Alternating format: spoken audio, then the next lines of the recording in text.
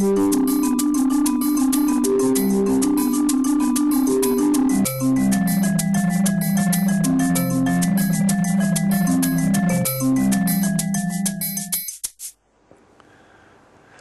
amiche e amici, benvenuti ad una nuova puntata in diretta di Ore 13, un'oretta che passeremo insieme, mi auguro per voi piacevole e interessante, e un'oretta nella quale faremo un attimo il punto della situazione su quelle che sono le dinamiche politiche di questi giorni, di queste ore. Noi viviamo in un periodo storico nel quale si è costantemente in campagna elettorale e i tempi della politica, come sapete, sono assolutamente gestiti in funzione di questi momenti. Le prossime elezioni sono quelle europee e amministrative, che tra l'altro coinvolgono un sacco di amministrazioni del nostro territorio, si tengono a fine maggio e ovviamente tutta una serie di ragionamenti si fanno in funzione di quelle. Ho dato un titolo particolare, no? Politica d'assetto variabile, perché insomma, come tanti di voi sanno, a seconda delle dinamiche, delle localizzazioni degli enti da gestire, ci sono varie componenti politiche che si aggregano per farlo. In Veneto abbiamo una coalizione, a livello nazionale ne abbiamo un'altra, e magari capita anche che quello che è il partner da una parte, dall'altra poi invece è l'avversario politico. Quindi vediamo chi c'è qui con me oggi. Ospiti in studio, Gian Antonio Darè, segretario nazionale della Lega Nord. Buongiorno. Buongiorno a tutti. Giuseppe Traniello Gradassi, che è segretario provinciale del PD per Rovigo. Buongiorno. Buongiorno. E poi Luigi Susine di Fratelli d'Italia. Buongiorno a tutti. Buongiorno. Allora, giusto per fare il punto della situazione, se volessimo così mettere in piedi un po' un risico, per chi non conoscesse, un gioco da tavola dove si cerca di conquistare il mondo, noi abbiamo da parte la Lega che, per esempio in Veneto, anzi no, non c'è nessuno della coalizione, sì, Fratelli d'Italia. Okay.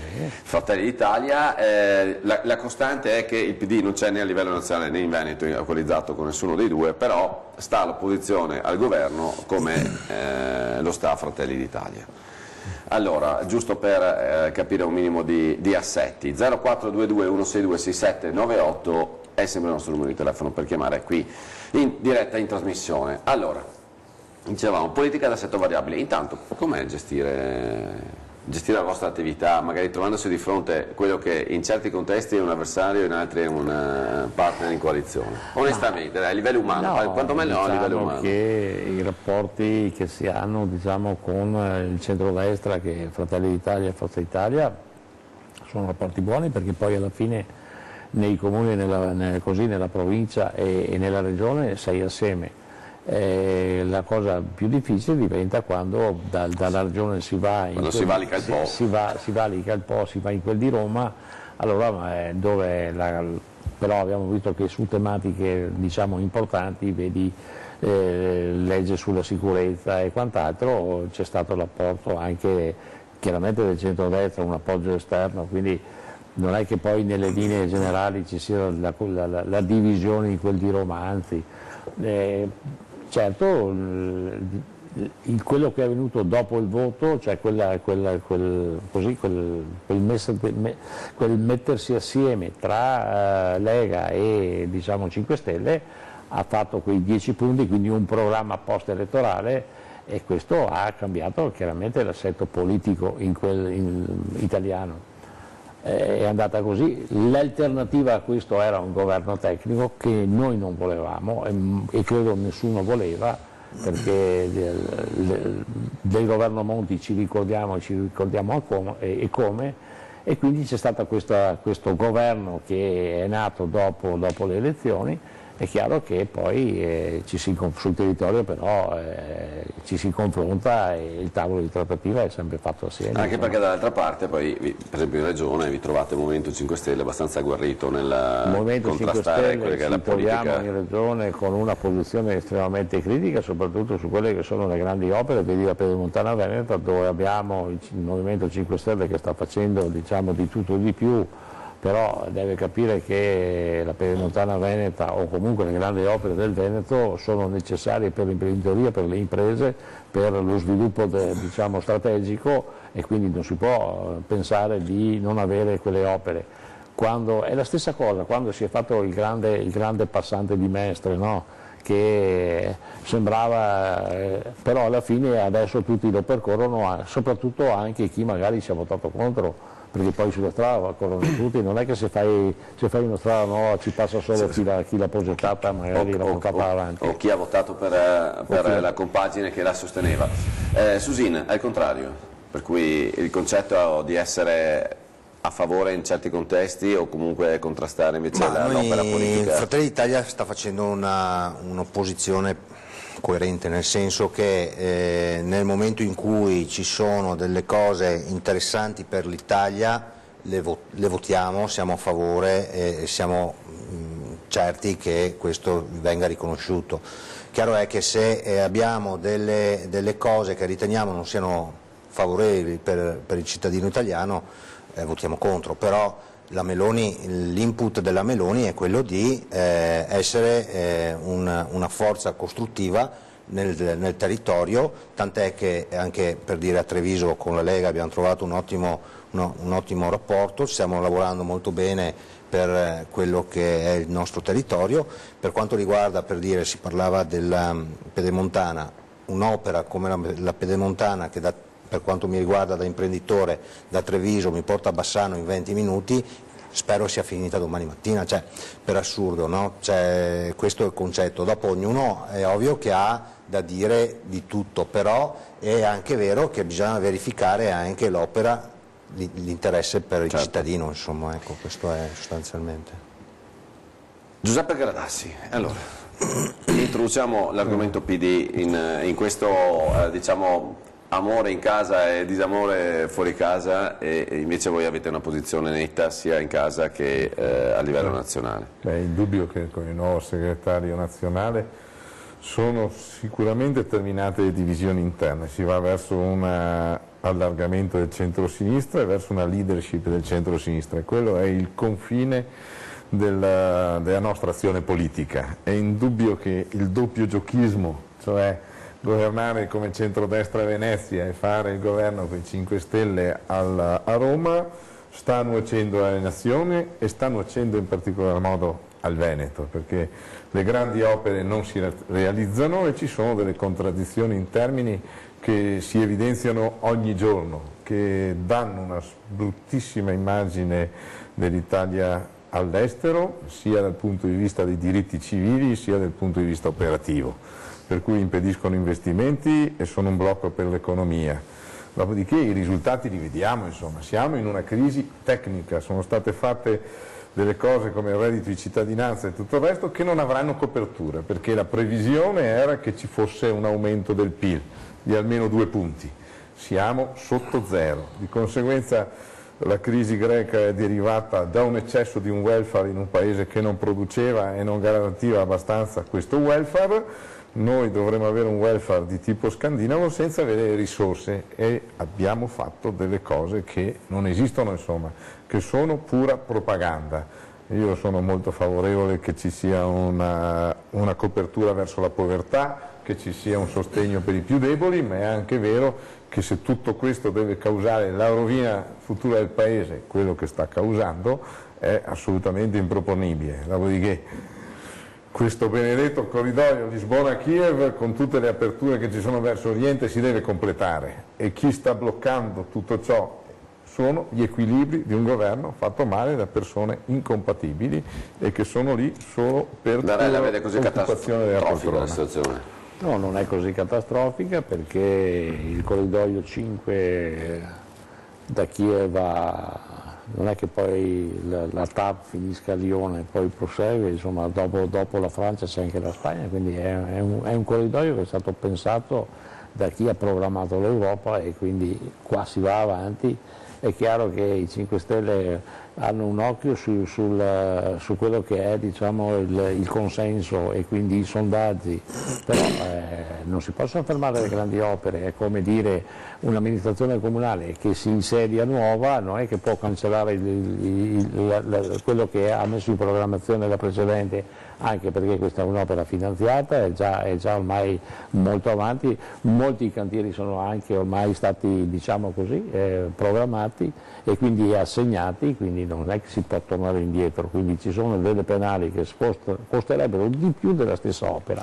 Ti faccio una domanda provocatoria. Su questo non come prima Susin diceva che il Fratelli d'Italia su certi temi appoggia il governo, ma e se ci fosse una chiamata da parte della Lega a dire per dare l'ok, perché poi alla fine c'è qualcuno a parte, cioè il Movimento 5 Stelle che sta bloccando queste opere e mi sembra che il resto delle compagini politiche invece siano a favore. Se ci fosse una chiamata e tutti insieme, intanto come la vedreste una chiamata? Io non credo che Fratelli d'Italia sia disposta a certe chiamate, insomma, cioè noi siamo persone serie, manteniamo quello che è l'impegno avuto con il nostro elettorato ci ha dato mandato per fare determinate cose, le facciamo, come dicevo prima, se sono corrette e giuste per il cittadino siamo qua a disposizione, ma andare, le dice, al governo insieme a... No, diciamo una chiamata di scopo, per cui sulle grandi opere, se sono ritenute da tutti fondamentali... Non lo so, non credo che... Lo avete già fatto, non credo è stato fatto su alcuni passaggi, sì. C'è stato un voto diciamo congiunto da parte del centro-destra. Perché è una cosa interessante per quello che era lo scopo italiano. Io ho la chiamata della regia, poi però vorrei sentire anche Gradassi cosa ne pensa, se ci fosse questa chiamata. Linea alla regia.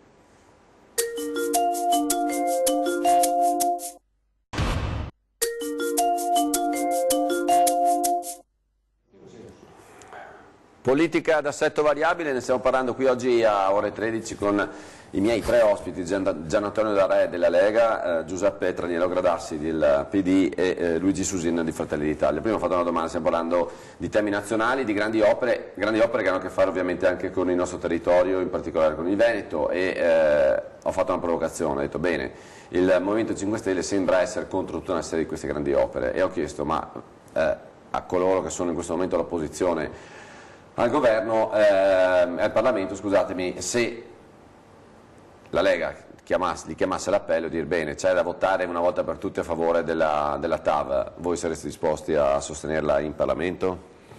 Il nostro segretario nazionale ha detto che è criminale bloccare la TAV. Sicuramente l'equivoco in come si è espresso il governo, sì, no, con quella robina lì che hanno detto lì che ci toglie credibilità, assolutamente non ci interessa. Un discorso è fare le cose per il Paese, un discorso è essere complici per utilità di partito, o per utilità di voto o per utilità di poltrona per fare qualche cosa. Noi non vogliamo essere complici, noi vogliamo lavorare per il Paese, perché ci sono danni sia materiali che sono le grandi opere, come sono danni sui diritti civili e tutto il resto. Perché ad esempio la polemica in questi giorni che a Verona 5 Stelle sono contro quel convegno che fa il loro ministro sulla famiglia, è assolutamente pregnante di una situazione assurda, gente che non condivide le stesse idee, che non condivide gli stessi principi, che però sopporta per mantenere la poltrona del governo anche di andare contro dei principi basilari di convivenza o diritti civili in cui credono. Di conseguenza lo trovo indegno questo modo di fare e non lo trovo comprensibile, per cui ritengo che il PD sia per fare tutto quello che è necessario perché il Paese è progredista, ma non complice di un affair del genere. Ok, allora giusto c'è da dire che in tante coalizioni si sono trovate delle posizioni ideologiche abbastanza contrastanti, perché mi perdoni, uno dei precedenti governi di centrosinistra aveva delle posizioni diciamo molto vicine al centro e poi con partiti di estrema sinistra che erano molto ma molto distanti in termini di valori e di quant'altro, quindi è logico, io penso che per riuscire a governare si deve fare un attimo sintesi e comunque questo deve essere anche il concetto con il quale si gestisce un paese, non so se... Ma qua siamo a una sintesi all'eccesso, guardi, ma molto all'eccesso. Però c'è da dire, come diceva D'Arre prima, ci sono un sacco di soldi che sono stati messi sul piatto per fare un'opera del genere, non farla è demenziale, vuol dire bruciare tutto quello che si è fatto, quindi bisogna fare anche un po' veramente di sintesi e dire Sì, sono opere effettivamente che vanno concluse di fatto, perché alla fine fatto il saldo positivo o negativo, nel netto, cioè, conviene finirla che non pagare le penali sostanzialmente. No, ma anche... Pronto? Sì, pronto, buongiorno a lei, buongiorno ai suoi ospiti. Buongiorno, stavo venendo verso di lei, attimi che cado dallo sgabello, mi perdoni, chi parla? Prego. Sì, le volevo fare una domanda ai suoi ospiti, a tutti e tre, perché credo siano tutti e tre in parte in causa. Prego. Io, se non ho capito male, ci sono stati dei bambini che sono stati espulsi o allontanati dalle scuole perché non avevano fatto i vaccini obbligati dalle leggi, no? Sì. Vaccini vari, la scuola materna e poi le elementari. Adesso mi sembra di aver letto che questi bambini possono essere iscritti nelle scuole elementari statali, però devono pagare una multa, non so come posso dire questa parola, comunque una retta, non so, metta lei quello che vuole, da 100 a 500 euro. Ripeto, non so se ho letto male. Se questo dovesse essere vero, prima di tutto mi sembra che la salute dei nostri bambini viene quantificata in denaro e non mi sembra giusto. Seconda cosa, questi soldi servono per far cassa o vengono investiti nella sanità, visto che non mi sembra che vada tanto bene? La ringrazio molto della sua cortesia. Grazie a lei, grazie della domanda. Mi rammarico, ma io personalmente non sono assolutamente preparato sulla risposta, non so chi di voi... Ma se con una multa di 500 euro servono per far cassa, sulla sanità con 500 euro non si fa nulla, anche perché forse è il costo di un vaccino o di qualche vaccino. Qua c'è sempre qualcuno che è come quello che a un certo punto diventa vegano, è come quello che... Ma una cosa, è vera sta cosa? Cioè, sì, è venuto fuori, sì, questo, però io credo che sia opportuno anche dire una cosa, cioè, che rispettando l'idea di tutti è anche corretto dire in Italia ci sono delle leggi e vanno rispettate. Cioè, se sulla scuola pubblica un bambino deve avere determinate vaccinazioni per poter entrare e per non duolere alla salute degli altri bambini, che come c'è stato il problema di un bambino che aveva la leucemia. Il problema è risolto pagando una multa di 500 euro. No, quello stavo arrivando a questo. È giusto che se c'è una legge il bambino non venga compensato con un'ammenda, ma che si provveda in modo diverso sostanzialmente. Questo è... A me risulta che in questo momento bambini non vaccinati non possano entrare a scuola e il governo si sta rabattando. È indubbio che il numero è sicuramente diminuito rispetto all'anno scorso e che il target vaccinale di sicurezza per i nostri bambini è quello che viene stabilito dalla sanità pubblica e dalla scienza ufficiale è stato raggiunto. È indubbio che la multa viene prevista per chi ha fatto l'autocertificazione e non è vero, perché adesso si verifica questo dato, allora, ecco, per cui c'è una dichiarazione falsa che dopo si arriva anche, diciamo, spero che non si arrivi alla denuncia penale, però indubbiamente è una situazione a macchia di leopardo che sicuramente è migliorata rispetto all'anno ma è proprio scorso. venuto fuori che i bambini pagano la multa a quelli che non sono vaccinati. Quelli che non sono vaccinati che sono obbligatorie nelle scuole materne assolutamente non posso entrare, sono facoltative e dopo se si vuole entrare in una scuola bisogna essere vaccinati. Questa è una legge che è stata fatta, correttezza di tutti, credo che sia una cosa. Poi chi non la vuole rispettare è chiaro che poi sarà sanzionato. Se tu fai un eccesso di velocità sei sanzionato.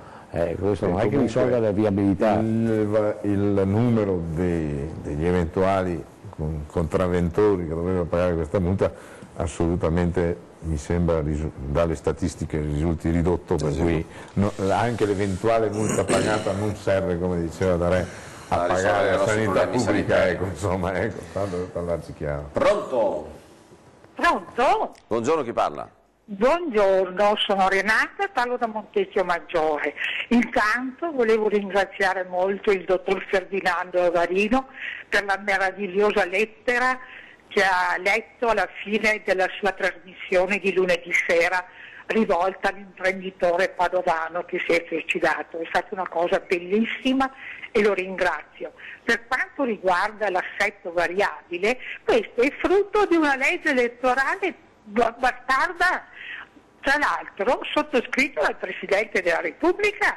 Adesso anche chi ha voluto questa legge ne deve trarre le conclusioni. Vediamo che è un governo anomalo, certo, perché questa legge elettorale non avrebbe permesso a nessuna coalizione, diciamo, di andare al governo. Abbiamo visto il centrodestra non c'è arrivato, i 5 Stelle da solo. E vediamo un altro discorso, abbiamo la Lega Nord, che la Lega è il primo, io lo voglio chiamare Lega Nord, che è il primo partito a livello nazionale, però in Parlamento ha i deputati che corrispondono a quel 17-18% delle elezioni, quindi quando sento imprenditori e personaggi del nord dire che Salvini deve portare a casa di più, avrebbero dovuto votarlo di più il 4 marzo. Adesso i sondaggi sono buoni, ma la politica si fa con le buone idee, ma si fa se hai i numeri, altrimenti non fai niente. Vi ringrazio, buona giornata. Renata, una sentenza. potremmo guardi, lei potremmo chiudere la trasmissione qui. Sì, allora intanto la politica si fa con i numeri, perché la politica porta ad eleggere dei rappresentanti e i rappresentanti sono delle teste o delle mani, secondo il punto di vista, che poi stabiliscono cosa fare. Quindi i numeri intanto sono questi, e la legge elettorale è stata quella. Ma se ne è più parlato di cambiarla quella legge? No, non si sono ricordati. Ma no, perché anche quello sarebbe un tema carino, diciamo effettivamente. Che, quel 4 maggio è stata così, dove praticamente i contendenti non hanno avuto un vincitore, hanno sostanzialmente è stata una parità, diciamo, e poi alla fine si è cercato di trovare una soluzione. Se tirare i rigori o la monetina. Esatto, se tirare i rigori o la monetina. Diciamo che è stata scelta così di fare una coalizione, diciamo, su quelle che erano state delle forze che praticamente avevano avuto un exploit rispetto alla tornata precedente, e lì hanno cercato di trovare un'intesa fatta di 10 punti, quei 10 punti che stanno stretti magari da una parte, a qualcuno dall'altra la stessa cosa, però questo governo perlomeno noi diciamo. C'è stato un senso di responsabilità. Ma è stato un senso di responsabilità, perché per noi sarebbe stato più bello andare al voto e prendere più voti sicuro, però non era forse quella la soluzione, anche perché il capo dello Stato non avrebbe permesso di tornare al voto subito, avrebbe comunque cercato una soluzione all'interno e l'ha cercata. Si è trovata questa soluzione, sicuramente si poteva far meglio, sì, si poteva far peggio, certamente sì. Io dico che con Salvini noi abbiamo portato a casa il risultato sicuro, che è stato quello di fermare questa invasione che ormai era chiara. Adesso bisognerà trovare le soluzioni per chi è arrivato, quei 170.000 che sono arrivati l'ultimo anno. Adesso chiaramente ci sono dei costi, perché quei 170.000 assieme agli altri 150.000 l'anno prima, quello è il reddito di cittadinanza, anche quello è. Gradassi, una domanda. Allora, il PD in questi ultimi anni ha calcato molto la mano sui temi legati all'immigrazione, diciamo che ne ha fatto proprio una bandiera. Possiamo essere d'accordo su questo? La bandiera l'hanno fatta loro. Sì, loro non l'abbiamo fatta noi. Loro contro e voi a favore. Per noi è un tema di civiltà normale che riguarda un paese di quasi 60 milioni di abitanti. Parliamo di strategia politica, diciamo, no? Strategia politica. Loro hanno avuto la strategia di La loro paga, la nostra paga meno. Avanti. Okay, ecco, la domanda era questa. Nelle dinamiche interne al PD, che stanno ovviamente emergendo adesso, che è stato rinnovato il segretario, è contemplata la strategia di focalizzare forse l'attenzione su altri aspetti, dandone meno all'immigrazione, o ritiene che continuerete in questo senso? Noi siamo focalizzati sul lavoro, sul welfare e sulla crescita del paese, e sul fatto che noi dobbiamo avere un posto dignitoso in Europa, e siamo perché l'Europa politica cresca, che abbia un suo esercito, che abbia una sua completezza. Non siamo sicuramente quelli che rinnegano le scelte europee, anzi vogliamo che abbiano un loro completamento, e come i padri fondatori dell'Europa hanno voluto. Dopodiché togliamoci l'equivoco, comprendo che se parlo io non prendo voti e se parla da re prende voti, però Salvini non ha fatto niente che Minniti non abbia fatto. Diciamo che forse noi per cultura politica, per quello che ci portiamo, per l'etica che ci portiamo dietro, di certe cose non ci vantiamo e non vogliamo vantarci. Sicuramente era una realpolitik che andava applicata, il numero degli immigrati è pari, perché è indubbio che i risultati del 2018 non derivano dal governo giallo-verde, perché il governo giallo-verde è arrivato a giugno, tanto per parlarci chiaro, per cui le cose erano già iniziate. Sicuramente non possiamo vantarci dei lager in Libia e dobbiamo trovare una soluzione in Africa, per cui c'è solo una questione di propaganda. Per cui gli espulsi dal governo Minniti sono pari o leggermente superiori a quelli espulsi dal primo ministro Salvini nei numeri, però sono numeri che non ci devono esaltare. Di oggi indubbiamente i permessi concessi per asilo politico e altre cose hanno subito una riduzione del 77%, però renderci meno accoglienti, meno tutto, non ci rende più intelligenti o migliori, specialmente per un'immigrazione che poi è risultata quasi tutta di transito, che è andata nel nord Europa e che noi abbiamo subito solo in parte. Allora, breve pausa e poi rispondiamo su questo piano.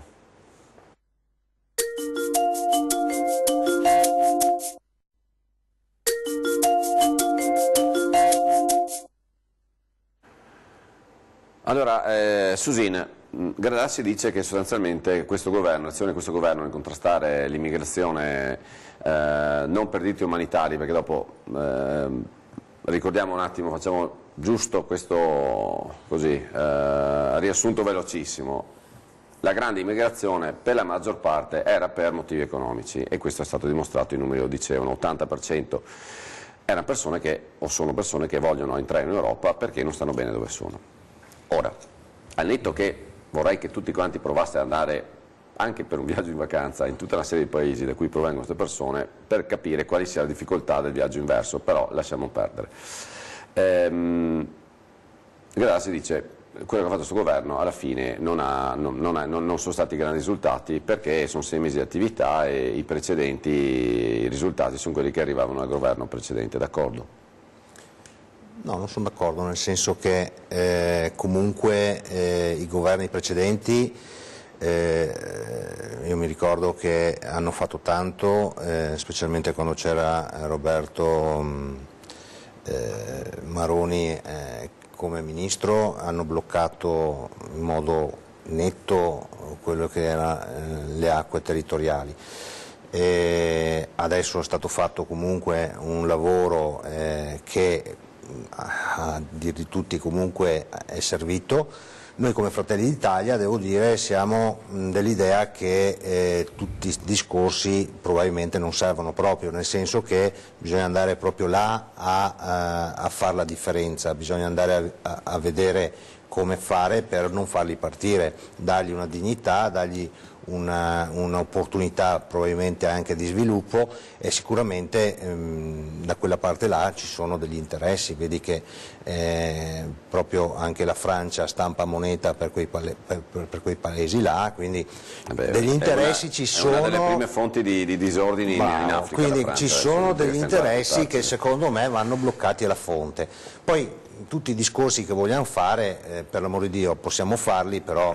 Ok, quindi insomma, secondo lei il governo sta funzionando l'azione del governo nel limitare quella che è l'immigrazione verso l'Italia. Pronto?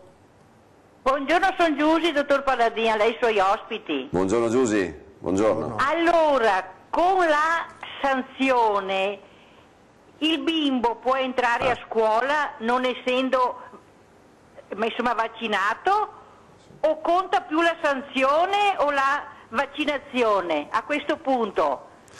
Scusi, è che eravamo usciti da quell'argomento. Se paghi con la multa il bambino può entrare a scuola allora? Ma dove siamo arrivati? Ma ci vogliono i soldi per entrare a scuola, allora tutto va bene? Mi domando questo, ma dove siamo arrivati? Vi ringrazio. Grazie a lei. Eravamo usciti da quell'argomento, io penso che siamo abbastanza tutti d'accordo che fare un'operazione del genere non sia la cosa più apprezzabile, cioè il fatto che alla fine se uno paga, vabbè, La cosa si scontra sul fatto che ci sono le scuole materne che non sono nella scuola dell'obbligo e lì non puoi entrare, invece dopo vai nella scuola dell'obbligo e comunque quei bambini devono andare a scuola. Certo. Dopodiché tutto è perfettibile per legge, fino a 16 anni, cioè, questo è quanto. Torniamo sull'immigrazione, non si sente un po', insomma, sentire che sostanzialmente l'attività di Salvini e del vostro governo non è servita a niente contro l'immigrazione? Insomma, penso che sia servita e lo si capisce dai numeri e dalla popolarità che ha avuto dopo essere diventato Ministro dell'Interno. Ricordo però come nasce questa immigrazione, perché l'operazione Mare Nostrum non era un'azione coordinata con l'Europa, è stata coordinata dal governo italiano per motivi propri, tanto poi andavano in tutta Europa. In realtà poi l'Europa ha iniziato a mandare indietro quelli che arrivavano sulle nostre coste e là sono iniziati i problemi, perché i problemi nascono dopo, quando le nazioni che sembravano accoglienti, vedi Germania, vedi Francia, la Francia è il peggior nemico, diciamo, dell'immigrazione sull'Europa, perché tutti i paesi centroafricani dove di lingua francese, dove ancora oggi c'è il governo francese in maniera diretta che controlla le economie e le attività, e pensiamo all'economia e attività, se pensiamo dalla Costa d'Avorio, pensiamo al Ghana, pensiamo a tante... Sono le proprietà francesi delle grandi compagnie petrolifere, delle grandi azioni dei grandi gruppi minerari, quindi, e chiaramente gli interessi francesi poi si sono rilevati. La crisi in Libia è stata voluta dal governo francese e le conseguenze le dobbiamo prendere noi? No, se le prendono loro, perché adesso c'è la grande operazione della Francia, è quella di appropriarsi dei posti petroliferi dell'ENI. Perché ed è questo quello che non si dice, e bisognerebbe dire cosa succede e cosa ha fatto la Francia. Pronto?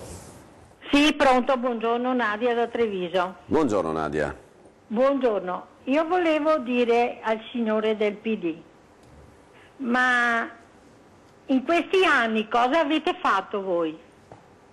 Siete andati a prenderli e portarli qua? Perché c'erano degli interessi. E non sono passati, non erano di passaggio, perché ne abbiamo ancora qua tanti. Le faccio nome: Caserma di Dosson, Oderzo, e questi qua rimangono qua. Se va a Treviso, ogni supermercato ce ne sono 2 o 3. Fuori dalla porta.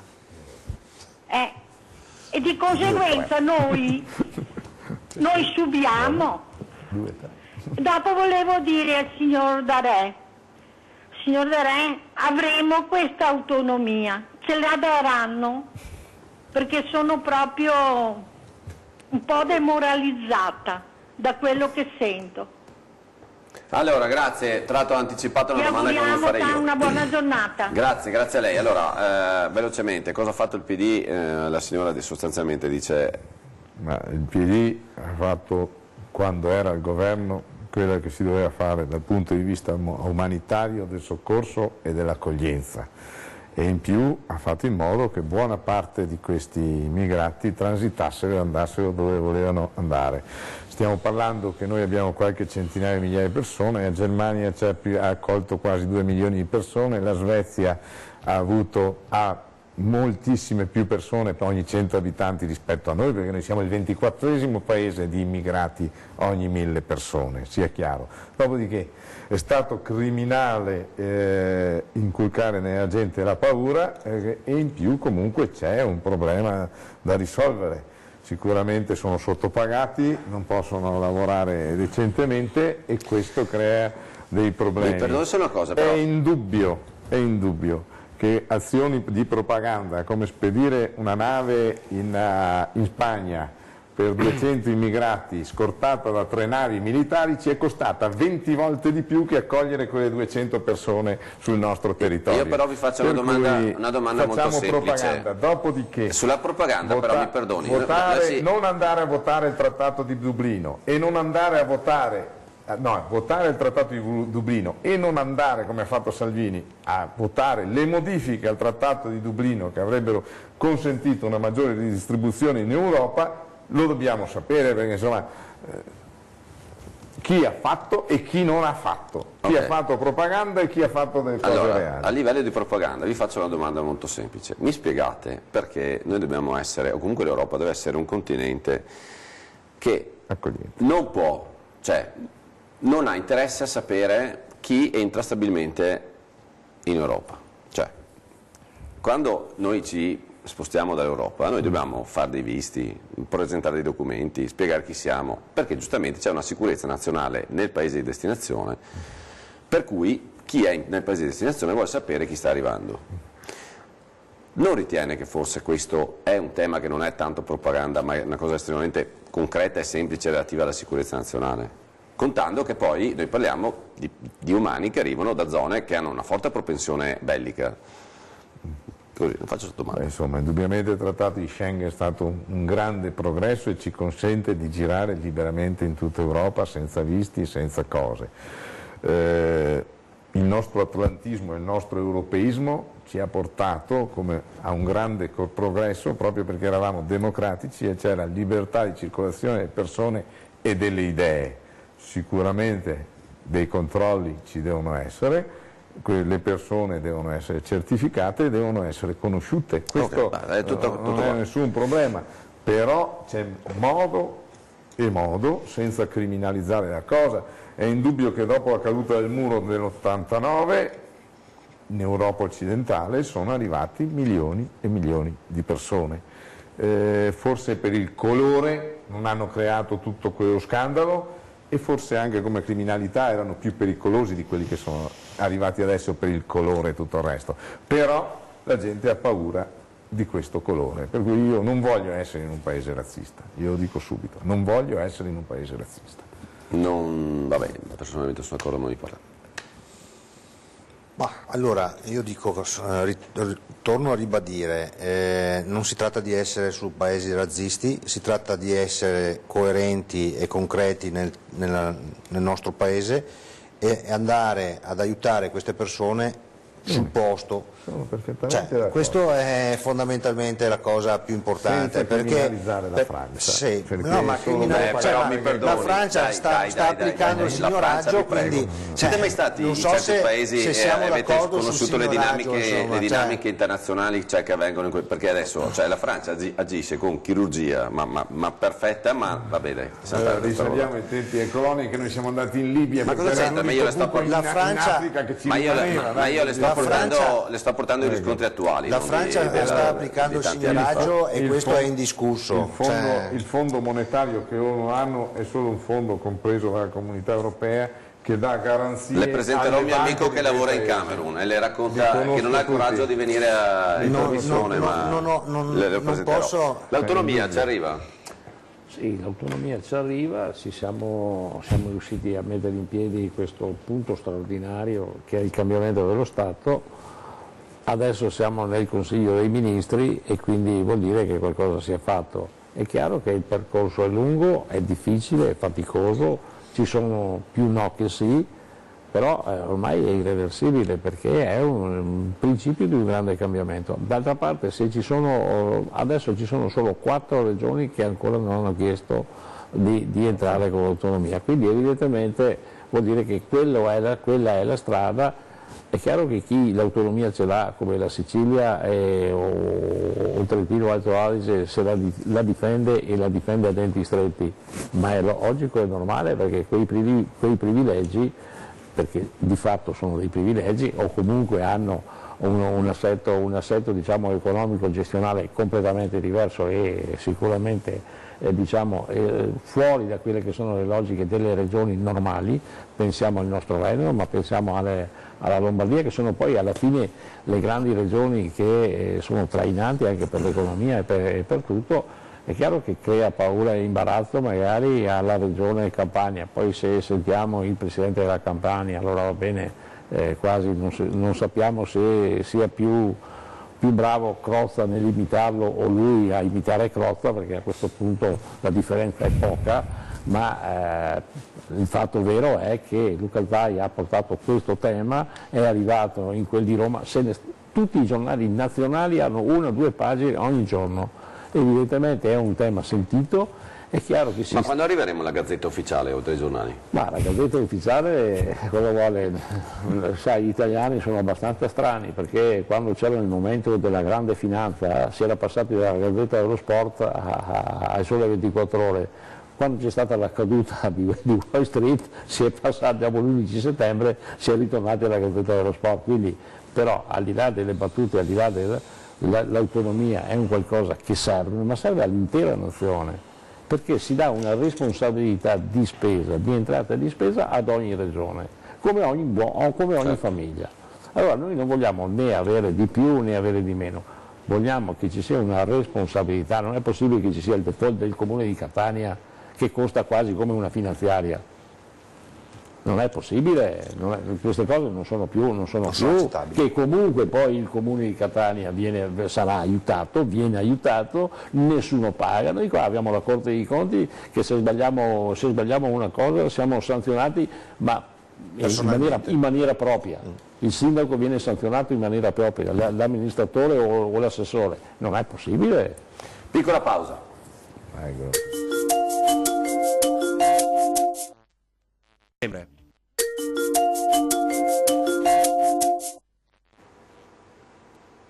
Eccoci, prima ho interrotto su un argomento che era quello delle tempistiche e modalità dell'autonomia, anche perché insomma è una domanda che ci è arrivata da una telespettatrice da casa che ci ha chiamato. Secondo lei tempi sull'autonomia? Intanto arriverà, arriva nella modalità voluta e richiesta? Allora, tutti stiamo aspettando e la stiamo aspettando con ansia, perché siamo certi che comunque il fatto di avere l'autonomia ci dà una marcia in più. Fratelli d'Italia, tra l'altro, fa parte di uno di quei primi firmatari che ha appoggiato l'autonomia, quindi noi crediamo che sia indispensabile per il nostro territorio, e questo di fatto non va a penalizzare le altre regioni, perché non è vero quello che si sta cercando di far capire, che il Veneto o la Lombardia, se hanno l'autonomia, comunque vanno dopo a inficiare sulle altre regioni. Assolutamente no. Io credo che avere l'autonomia per il nostro territorio sia fondamentale per avere un sviluppo appunto più immediato e più approfondito. Non è possibile che, credo che... Sensazione sui tempi, e poi sentiamo che c'è il telefono. Con i tempi avranno il suo corso, aspettiamo. Vabbè, non mi vuole rispondere, pronto? Non lo sa. Pronto? Pronto, chi parla? Sì, buongiorno, sono Michela, chiamo da Annone Veneto. Buongiorno. Volevo fare una provocazione a tutti e tre i politici lì in studio e non solo. Cosa intendete per assetto variabile? Perché da Re mi sembra, l'altra sera ho sentito esponenti di sinistra che dicevano che gli extracomunitari continueranno ad arrivare, quelli normati da permesso di soggiorno saranno in arrivo nei prossimi mesi 30.000 extracomunitari. È vero questo? Salvini ha firmato, hanno detto. Poi per assetto variabile cosa intendete? Lasciare su tutti i capannoni pieni di amianto che solo che intorno a Padova ne 11.000 vuoti? E poi siete pronti per le catastrofi che saranno climatiche e sempre più importanti? Che assetto variabile è questo? Un assetto variabile di tutto punto? Grazie. Allora, ha detto che l'assetto variabile è stato partorito dalla mia mente, e forse non ha neanche gratificato più di tanto i presenti qui oggi.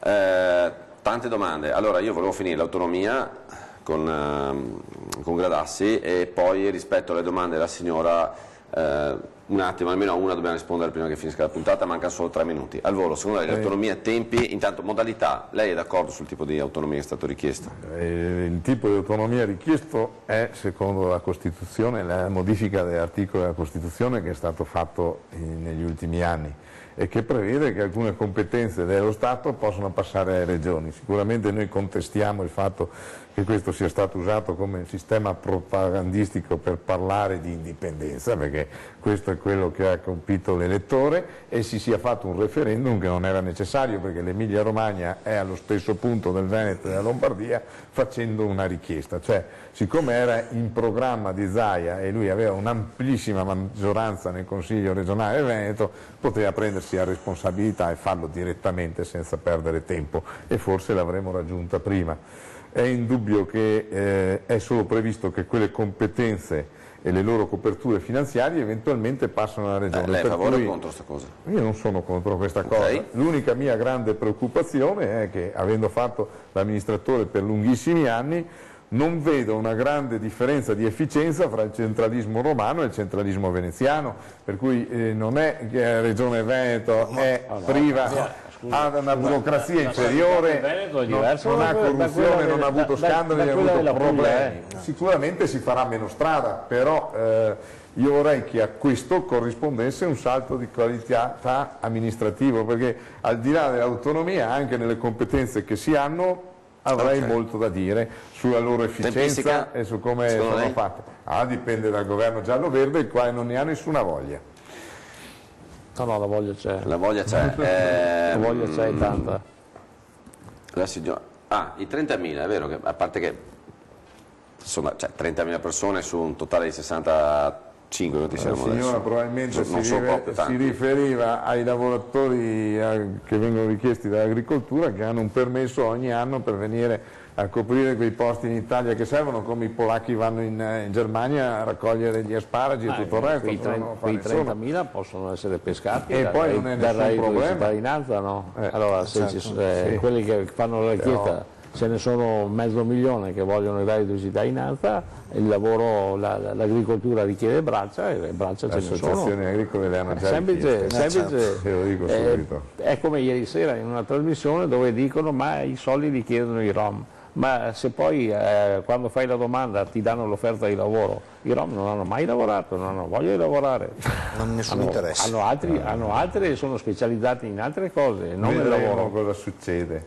Questi sono pregiudizi che non fanno onore. No, ma non sono pregiudizi, sono realtà, perché se uno non ha mai lavorato in vita sua, fa un'altra cosa, si integra, dopo c'è un 20% mi deve spiegare come fa, perché io non sono riuscito a fare come loro, io ho lavorato e... Anch'io. Bene, siccome tutti qua lavoriamo, io direi che torniamo alle rispettive attività. Io vi ringrazio della presenza qui oggi e del contributo che avete dato a questa trasmissione, e soprattutto ringrazio anche i nostri telespettatori che ci hanno seguito, e mando loro un forte abbraccio e un saluto. Ciao a tutti.